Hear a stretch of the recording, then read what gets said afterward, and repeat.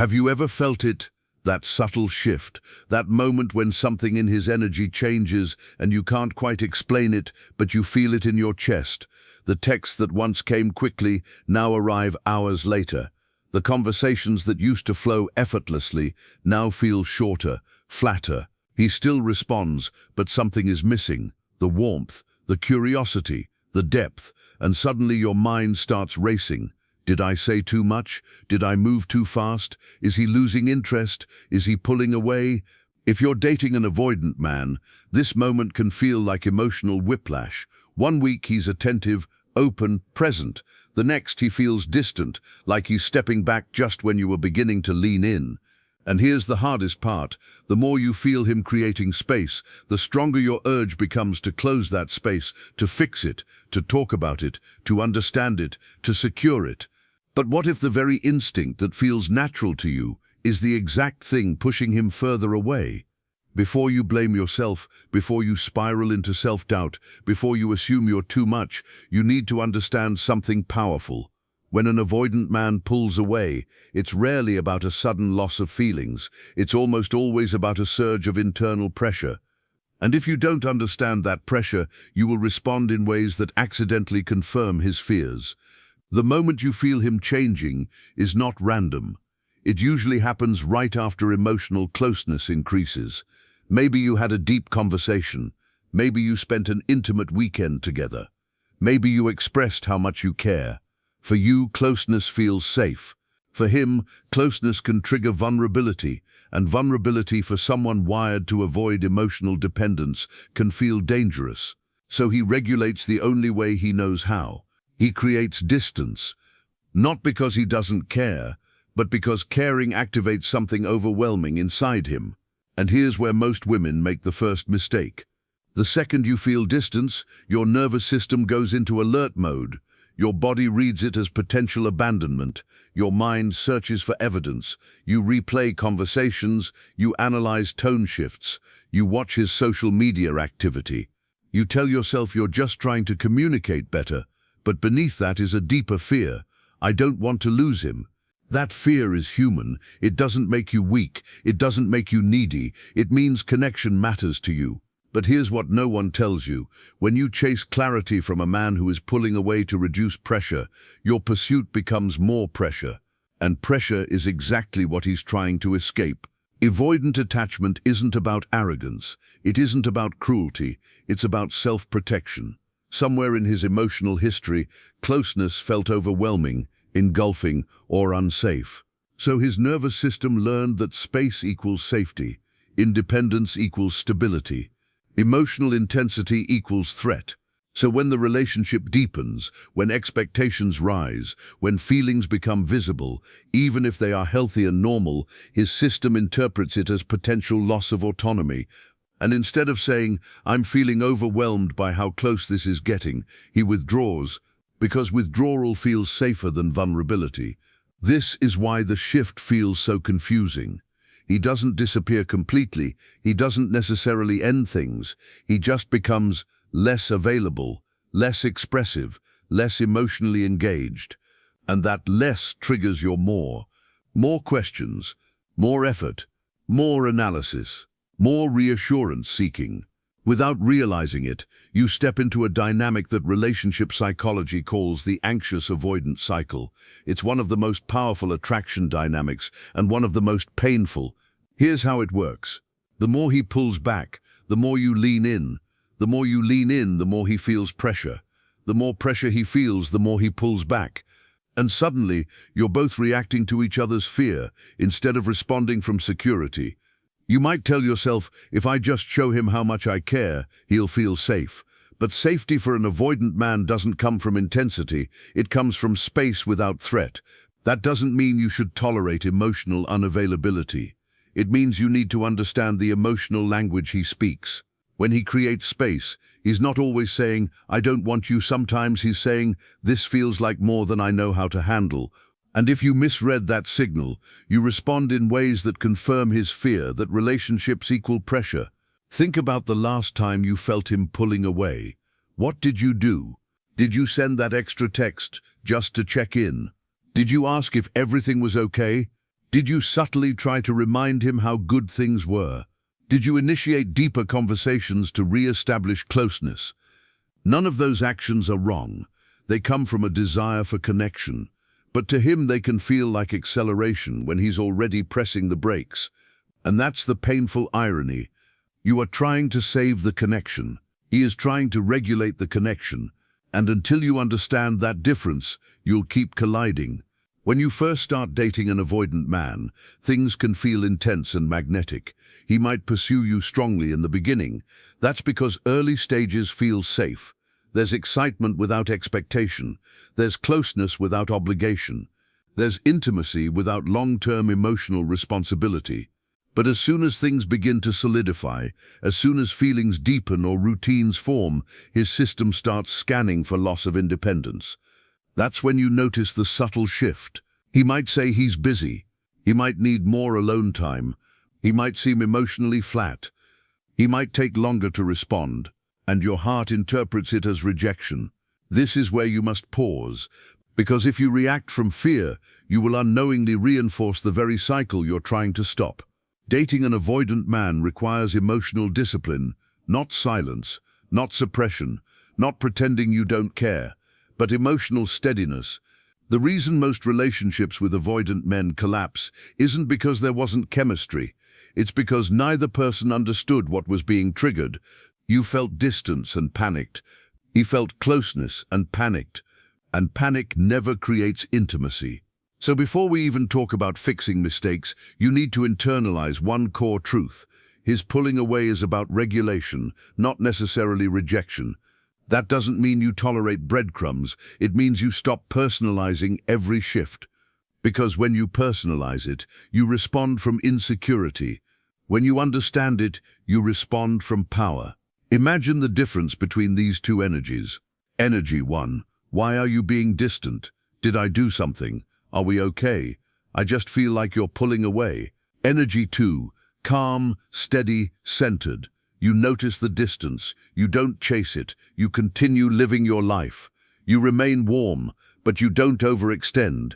Which one feels heavier? Which one feels lighter? An avoidant nervous system leans toward the energy that feels lighter. The mistake most women make isn't caring too much. It's trying to solve his internal discomfort with external reassurance. But his discomfort isn't about your value. It's about his capacity. And when you understand that, you stop scrambling for control. The beginning of security is not demanding closeness. It's allowing space without collapsing. Right now, if you're watching this, you might be in that exact moment, waiting for a text, analyzing his tone, wondering if you should reach out again. Take a breath. The first shift isn't in him, it's in you. Before you fix anything in the relationship, you regulate yourself. Because when you stay steady, you interrupt the cycle. And when you interrupt the cycle, you give the connection a chance to breathe. This doesn't mean you ignore your needs. It means you stop reacting impulsively to fear. You learn the difference between intuition and anxiety. You slow down your responses. You create emotional space inside yourself before trying to close the emotional space between you. When you do that, something powerful happens. You stop chasing. He stops running, not because you manipulated him, but because you removed the pressure his system was reacting to. If you've been feeling that shift lately, if you've been wondering why he's distant, if you've been tempted to push harder for reassurance, understand this: you are not powerless here. But the solution is not more intensity, it's more stability. In the next part, we're going to break down the first major mistake that causes avoidant men to pull away, and what to do instead, if you want to create space without losing connection. Because once you understand this, you'll never respond to distance the same way again. And that's where real change begins. Let's talk about the first mistake, chasing when he creates space. This is the most common reaction, and it feels so justified in the moment. When someone you care about pulls back, your instinct isn't to detach, it's to repair. You want to restore closeness. You want to feel secure again. So you reach out, you initiate, you initiate, you initiate. You try to bring the energy back to what it was. It might start small, an extra text, a playful message to lighten the mood, a casual "hey, everything okay?" But beneath those words is a deeper current. Please don't drift away from me. And here's the part that hurts to hear. When you chase an avoidant man during his distancing phase, you unintentionally confirm his fear that closeness equals pressure. You see connection slipping, and you move toward it. He feels internal overwhelm and moves away from it. The faster you move toward him, the faster he steps back. Not because he enjoys it, not because he's trying to hurt you, but because his nervous system is wired to equate emotional intensity with loss of autonomy. When he pulls back, it's often because he feels flooded. Maybe things were getting serious. Maybe he sensed expectations rising. Maybe he started realizing how much he actually cares, and that scared him. Caring deeply means vulnerability. Vulnerability means risk. Risk means potential loss of control. So he creates space to regain control. Now imagine what happens when, during that moment of internal overwhelm, he feels you reaching for more reassurance, more clarity, more connection. It feels like acceleration when he's already overwhelmed. And this is where your instinct betrays you, because your instinct says, fix it before it breaks. But what he needs is, let it settle before it cracks. If you've ever found yourself watching your phone, refreshing messages, rereading old conversations to reassure yourself that things were good, you're not alone. That anxious surge is real. It feels urgent. It feels like if you don't act now, you'll lose him forever. But urgency rarely creates attraction. It creates tension. And tension, for someone avoidant, feels suffocating. Here's something most people don't talk about. When you chase, you're not just communicating interest, you're communicating fear of loss. And that fear has an energetic weight to it. Even if your words are calm, your nervous system is loud. He feels it. Avoidant men are highly sensitive to shifts in relational energy. They might not articulate emotions well, but they sense expectation instantly. They sense when someone is leaning on them for stability. And when they sense that lean, their instinct is to stand back. Not because you're asking for too much, but because dependency, even healthy emotional dependency, triggers something old and uncomfortable inside them. So what do you do instead? You regulate before you respond. When you notice him pulling away, instead of immediately reaching for reassurance, you pause. You sit with the discomfort. You let your nervous system calm down before you act. This is hard. It feels counterintuitive. It feels like doing nothing while something important is at risk. But space is not abandonment. Space is information. When you mirror his pace not as a game, not as manipulation, but as emotional steadiness, you remove the pressure dynamic. You show that you are secure enough to handle fluctuation without panic. And that does something powerful. It makes you feel grounded, and it makes him feel unchased. When he doesn't feel chased, he doesn't feel trapped. And when he doesn't feel trapped, he doesn't need to run. That's the first shift. Now let's go deeper. Why does your instinct activate so strongly when he pulls away? Because your attachment system is wired for connection. When connection feels threatened, your body reacts as if survival is at stake. It's not dramatic, it's biology. Humans are wired for bonding. Rejection historically meant isolation. Isolation meant danger. So when he withdraws, your body says, fix this now. You might notice tightness in your chest, trouble concentrating, overthinking, replaying every detail. You might feel compelled to send one more message just to restore equilibrium. And here's what's important. You are not crazy for feeling this way. Your nervous system is responding to perceived loss. But maturity in relationships isn't about never feeling activated. It's about how you respond when you are. Instead of letting activation dictate behavior, you learn to self-soothe. You redirect energy back to yourself. You step into your own life. You resist the urge to monitor his every move. Not because you don't care, but because you care enough about yourself not to abandon your center. And here's the paradox. The moment you stop chasing isn't the moment you lose him. It's often the moment he begins to feel safe enough to reapproach. Avoidant men lean back in when the pressure subsides. They need to feel that closeness is a choice, not an obligation. That connection is there, but not gripping them. When you hold steady, Warm but not pursuing, available but not overextending. You create a dynamic where he can move toward you freely. Now let's talk about something else that often pushes him further away, the texting spiral. You know the one. He takes longer to reply. You tell yourself you won't double text. 10 minutes pass, then 20, then an hour. Your thoughts get louder. Maybe he's losing interest. Maybe I said too much. Maybe he's talking to someone else. So you send another message. It might be light, it might be casual, but the underlying message is clear. I'm uncomfortable with this distance. And when he sees multiple messages waiting for him, especially during a period when he was trying to regulate space, it amplifies the pressure. Even something as simple as, "Are you okay?" can feel loaded if it's driven by anxiety. Because what he hears isn't just concern, he hears expectation. Now this doesn't mean you should suppress communication. It means timing and tone matter more than volume. If he slows down, you slow down. If he takes space, you allow space. Not in a cold way, not in a punitive way, but in a grounded way. There's a massive difference between withdrawal and composure. Withdrawal is shutting down to protect yourself. Composure is staying centered without chasing. And composure is magnetic. When you maintain your rhythm regardless of his temporary distance, you communicate something powerful. I am emotionally stable. I am not collapsing because you stepped back.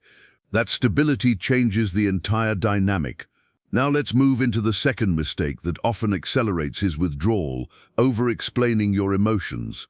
This one feels especially justified because we're taught that healthy relationships require communication. And that's true.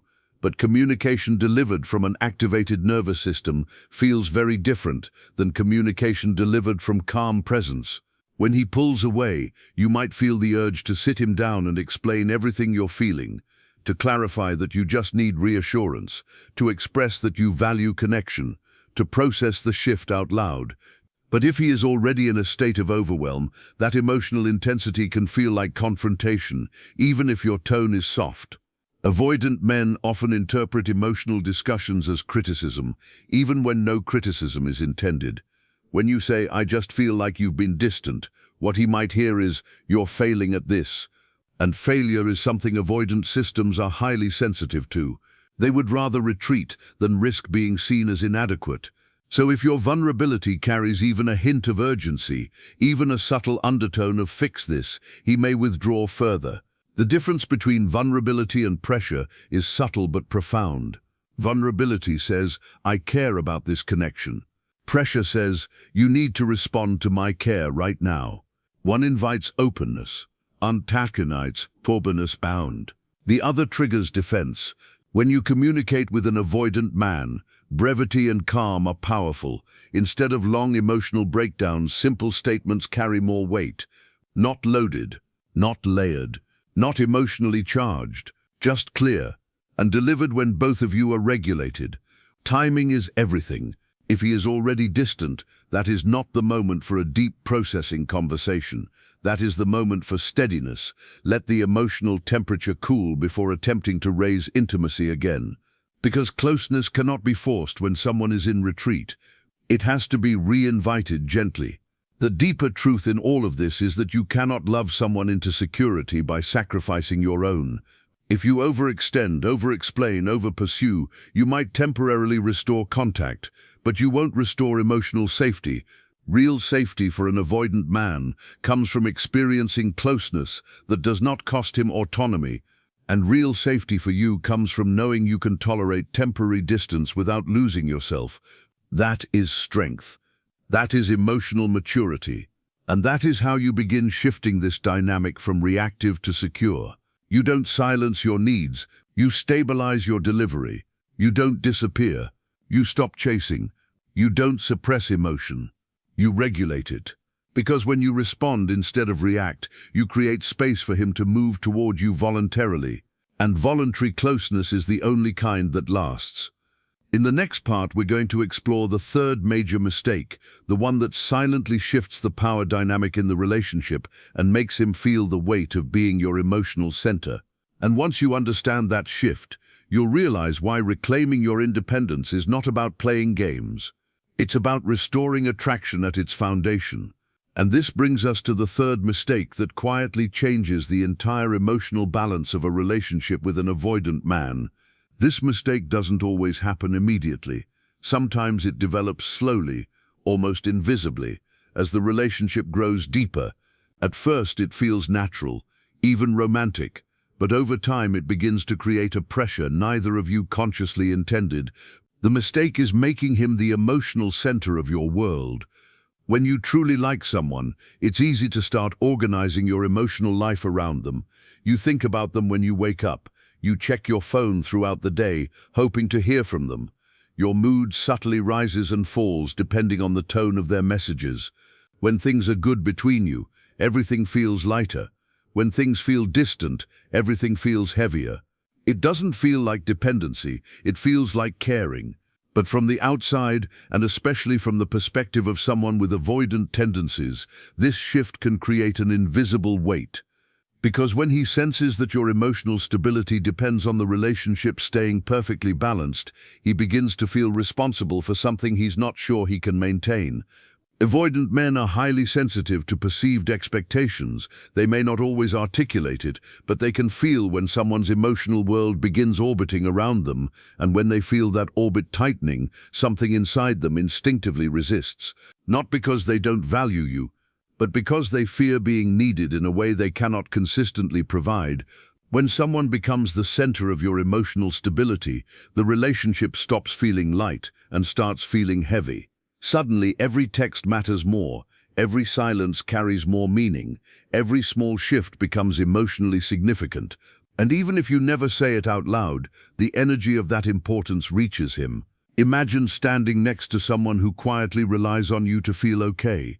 You might care about them deeply. You might even want to make them happy. But if you begin to feel that their emotional balance depends on you never stepping back, never needing space, never having your own fluctuations, it becomes overwhelming. For someone with avoidant tendencies, that overwhelm triggers the same response we've been discussing all along. Distance, not because they want to hurt you, but because they feel the relationship slowly turning into something that requires more emotional availability than they feel capable of sustaining. The irony is that this shift usually happens because you care more, not because you're trying to control the relationship. You start prioritizing time with him, you think about the future, you imagine where things could go, you naturally invest more attention, more emotional energy, more presence. But when that investment turns into emotional centralization, attraction begins to change. Healthy attraction thrives when two people bring full lives into the relationship, when both individuals remain grounded in their own identities, passions, friendships, and emotional rhythms. But when one person gradually becomes the emotional anchor for the other, the balance shifts. The relationship starts feeling like responsibility rather than connection. And responsibility, especially emotional responsibility, is something avoidant personalities instinctively avoid. This is why reclaiming your own center is so powerful. Not as a strategy, not as a game, but as a return to your own life. When you stop placing the entire emotional weight of the relationship on his responses, you change the atmosphere between you. Your energy becomes lighter. Your interactions feel more relaxed. You are present with him, but you are not defined by him. And that difference is magnetic. It reminds him that being with you doesn't require sacrificing his independence. One of the most misunderstood truths about avoidant men is this: they often miss you more when you are living your life fully, not when you disappear in a dramatic way, not when you punish them with silence, but when your life remains rich, engaged, and self-directed, regardless of their temporary distance. When you have your own rhythm, your own priorities, your own emotional grounding, the relationship becomes a place of connection rather than a source of pressure. Space becomes oxygen instead of threat. Think about the early stages of attraction. Before expectations formed, before emotions felt high stakes, there was curiosity, there was freedom. You both had your lives, your interests, your routines. Seeing each other added excitement rather than emotional obligation. That energy created attraction. But as relationships deepen, people sometimes unknowingly replace that freedom with constant focus on the relationship itself. Conversations become about the relationship. Emotions revolve around the relationship. Stability depends on the relationship, and slowly the relationship stops feeling like a joyful addition and starts feeling like the center of everything. For someone avoidant, that shift can feel suffocating. So when you reclaim your own center, you are not withdrawing love, you are restoring balance. You continue caring, you continue engaging, but your emotional stability is no longer tied to every small fluctuation in his behavior. You stop monitoring his engagement as if it determines your worth. Instead, you bring grounded presence into the connection. This is the energy of a secure person. Secure people do not chase distance, but they also do not collapse into anxiety when it appears. They remain open, warm, and clear about their needs while maintaining a stable sense of self. They understand that attraction requires both closeness and breathing room.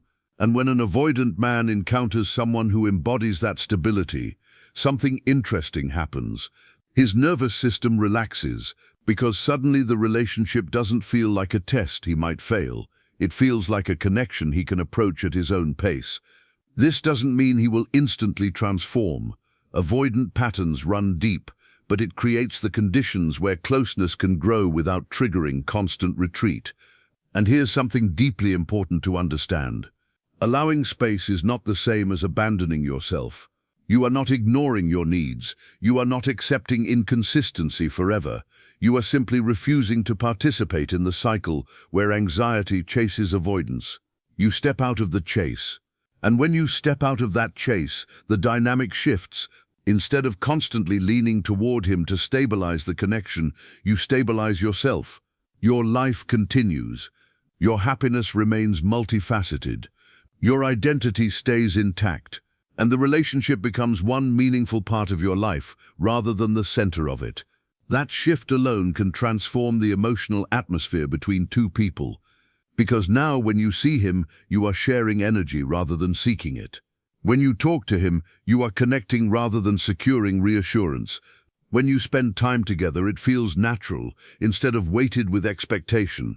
This is the moment where many avoidant men begin leaning back in, not because you force them, but because the relationship feels safe again. Safe not in the sense of emotional intensity, but safe in the sense that closeness does not equal loss of autonomy, and that safety is the doorway through which deeper connection can eventually grow.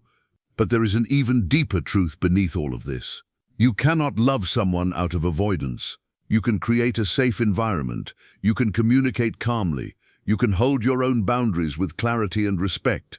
But the work of becoming emotionally secure belongs to them. Some avoidant individuals recognize their patterns and work to change them. Others remain comfortable in distance. Your responsibility is not to rescue them. Your responsibility is to stay aligned with your own emotional health. If the relationship grows because both of you learn and adjust, that's beautiful. But if the relationship only survives when you chase, explain, and constantly compensate for his distance, that's not connection. That's management. And management is exhausting. True connection happens when two people meet each other with growing awareness, not when one person carries the emotional weight for both. So the real power in understanding these mistakes isn't just about keeping someone from pulling away.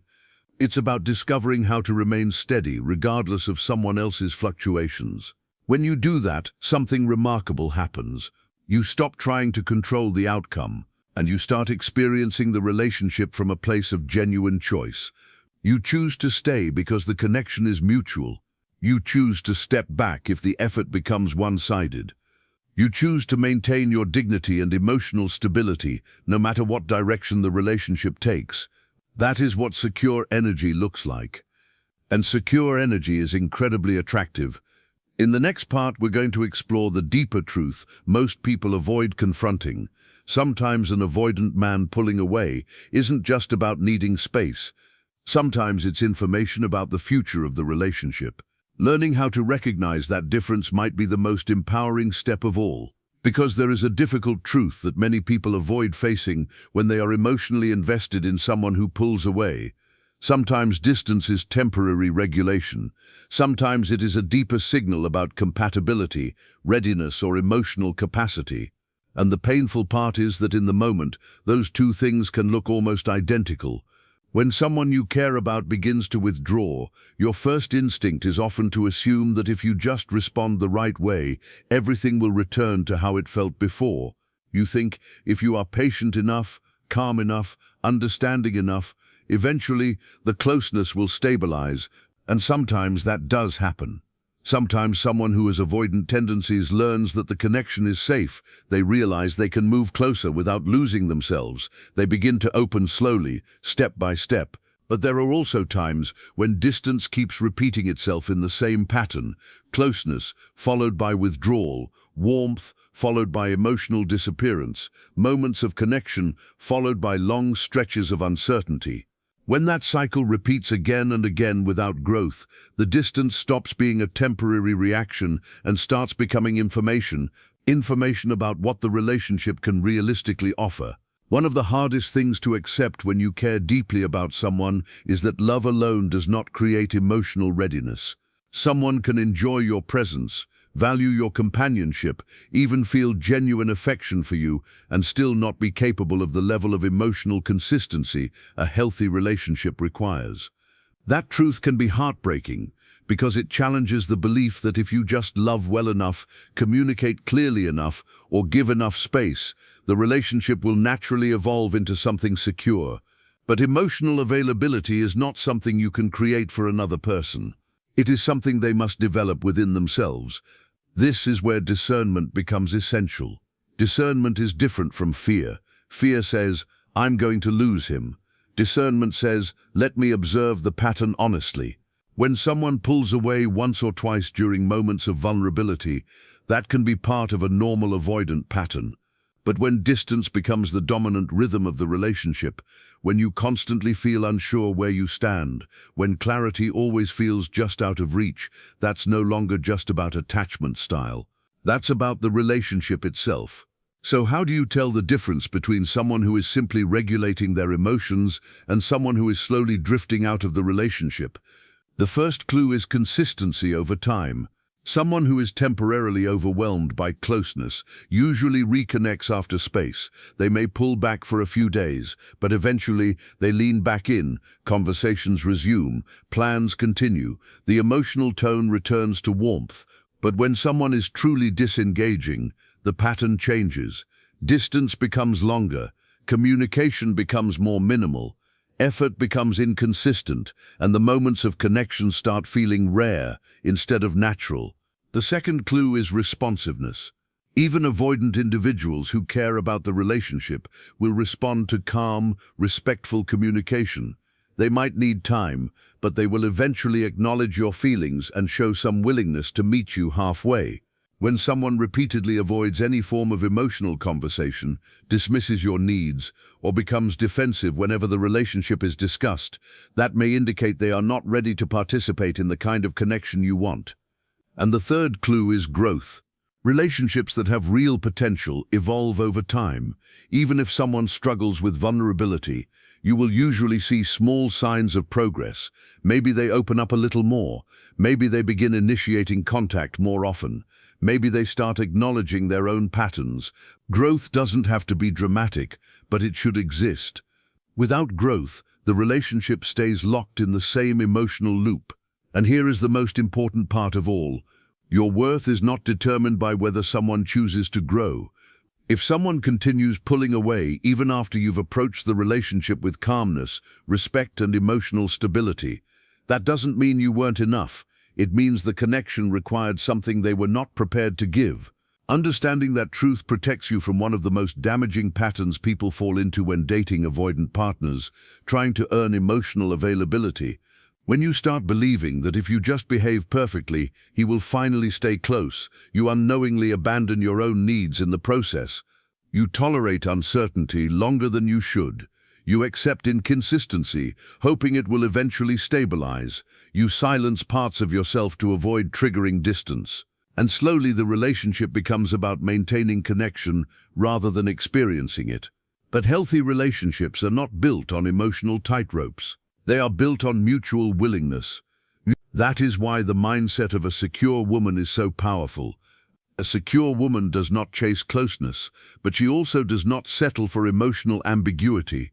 She understands that attraction and independence can coexist. She values communication but does not demand constant reassurance. She remains open to connection while staying rooted in her own sense of self. When she senses distance, she observes rather than panics, but when she notices patterns, she evaluates rather than excuses. And when the relationship consistently fails to meet her emotional standards, she has the courage to step back instead of shrinking her needs. This mindset is not about becoming cold or detached. It's about emotional self-respect. When you embody this energy, something remarkable happens. The entire dynamic shifts. You stop reacting to every fluctuation in someone else's behavior. You start paying attention to the overall pattern instead of the momentary feeling. You ask yourself honest questions. Is this connection growing? Do I feel valued and respected? Am I able to be myself here without fear of pushing someone away? Those questions bring clarity, because sometimes an avoidant man pulls away simply because he needs space to regulate his emotions, but sometimes he pulls away because the relationship itself doesn't align with what he's ready for. And recognizing that difference allows you to move forward with dignity rather than desperation. There is a quiet power in knowing that you can walk away from uncertainty without anger, without blame, and without losing your sense of worth. Because walking away from something that cannot meet you is not failure, it is alignment. And that brings us to something incredibly important. If he still pulls away after you've stopped chasing, after you've communicated calmly, after you've maintained your own life and emotional stability, then his distance may be revealing something essential. It may be showing you that the relationship required effort only from one side. In the beginning, that realization can hurt deeply. It can make you question everything you invested emotionally. But over time, many people come to understand that someone leaving because you stopped overcompensating was not truly staying in the first place. They were staying because the relationship was being held together by your effort. And when that effort becomes balanced, the truth of the connection becomes visible. Sometimes that truth is painful, but it is also freeing. Because once you see clearly, you stop pouring energy into uncertainty.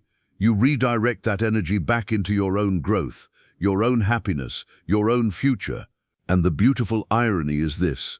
The moment you fully return to yourself, when your life becomes rich and fulfilling independent of any one person's attention, you become more attractive than ever.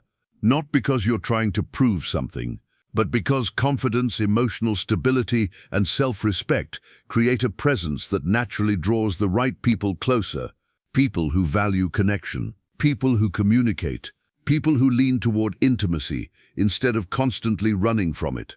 And when you meet someone like that, you'll notice something different immediately. You won't feel like you're constantly analyzing their level of interest. You won't feel like every message carries hidden meaning. You won't feel like closeness automatically triggers distance. Instead, the connection will feel balanced, calm, mutual, and that kind of relationship doesn't require chasing. It grows naturally because both people are willing to show up. So if you are currently dating an avoidant man and feeling the emotional push and pull, remember this. Understanding his patterns can help you respond with wisdom instead of fear. But your ultimate responsibility is not to fix his attachment style. Your responsibility is to protect your own emotional well-being. Stay warm, stay grounded, stay connected to your own life. And most importantly, never forget this simple truth. If someone truly values the connection, they will eventually move closer when the pressure disappears. But if they disappear when you stop chasing, they were never truly walking beside you. They were simply being carried. And you deserve a relationship where both people choose the journey together.